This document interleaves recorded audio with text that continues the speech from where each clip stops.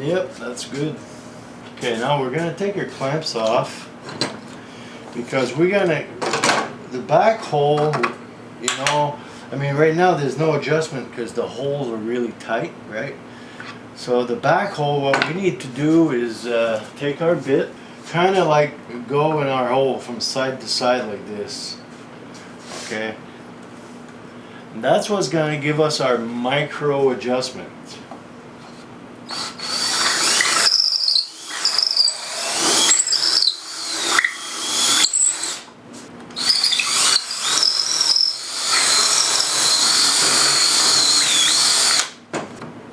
That's what we want.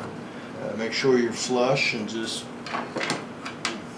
tighten them down. Put your washer on the other side and your wing nut.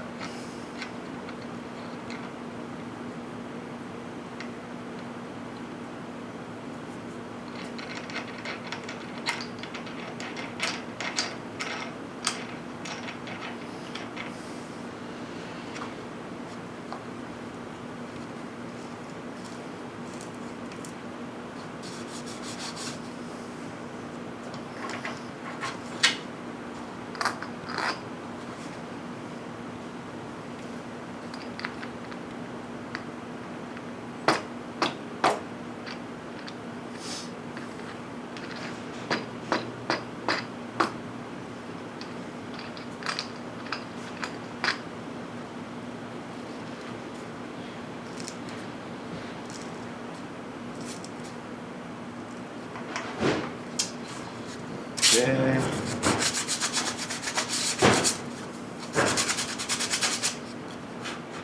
Okay, we're going to finish with our micromanagement adjuster. On the side here, you're going to cut a piece of that same stuff that you put in the front and the bottom there, that 1/4 inch stuff or whatever it is. You're going to cut a little strip about 3/4 of an inch, and the other one you're going to do about 1.5 inches. And this is what you're going to do. See, what we're going to do with this is actually screw it on here, and in here we're going to drill a little hole, and under there's going to be a screw that we can bring in and out. That's going to work. We'll be able to, with that screw adjuster, we'll be able to adjust it this way, the plate. When you loosen this and you just tighten the screw, or you know, tighten or loosen it, and it'll make your front plate go back and forth. Okay, my piece is made, and I already drilled 2 holes in it. We're not gonna glue it right away. We need to make our pilot holes on the back fence. Okay, so.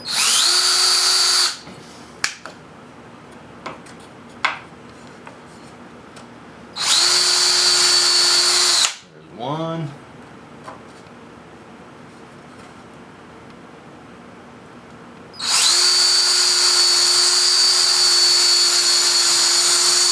There's 2.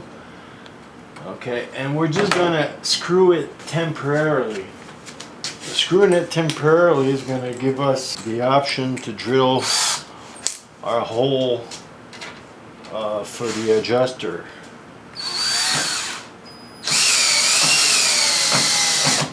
Okay, now that it's on temporarily, drill a hole in our floating plate, okay? About halfway.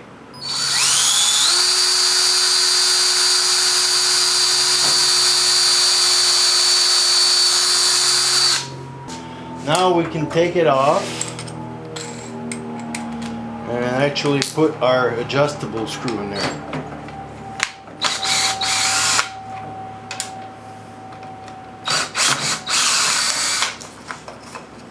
I'm looking for a screw like this with a really fat head. That'll work the best.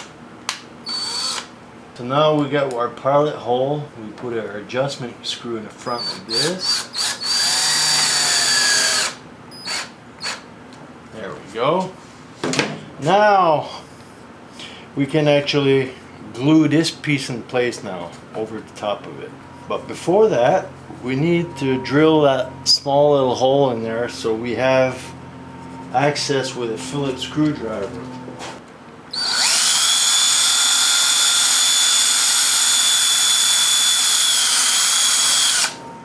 I have access with my screwdriver to that screw underneath, and since it's a large head screw, it's not going to go through this hole, right? It's just going to permit us to screw it or unscrew it to adjust. And all I need to do now is put some glue here and screw it permanently in there.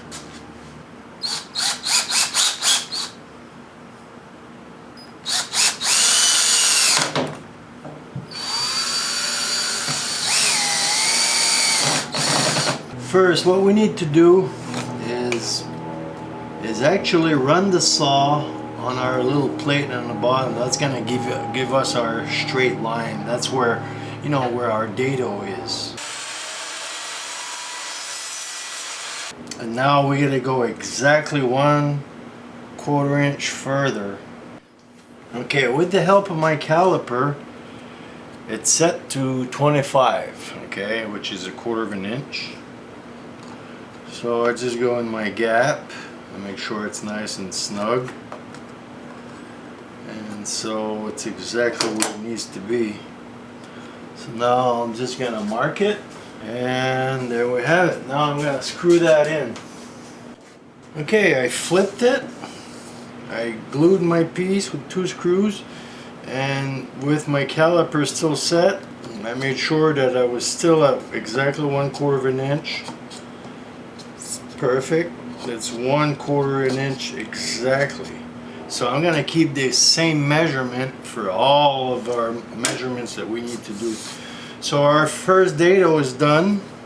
Now we need to go from this edge here to here, which is going to be another 1/4 inch, where we're going to be putting a key. My slot is exactly 1/4, and the key, I just finished it, it's exactly 1/4. So now the distance between this edge and my key has to be exactly that same 1/4 inch. Now that I've marked my 1/4 inch, we can glue our key. Of course, I don't have a 1/4 inch dado blade, so I'm either gonna have to stack blades or buy a 1/4 inch blade, dado blade, or whatever. Okay, so it is finished, and what you do to cut your dado is you measure your blade, just the thickness of your the piece that you're cutting a dado in, and you just want to protrude just a very slight little bit. You lean it against the key, and the second one you put it where the end of your cut is, okay, 1/4 inch further, and you start cutting. Okay, you cut this hole. Now once this hole is done, you put that hole in the key, and then you just keep on going.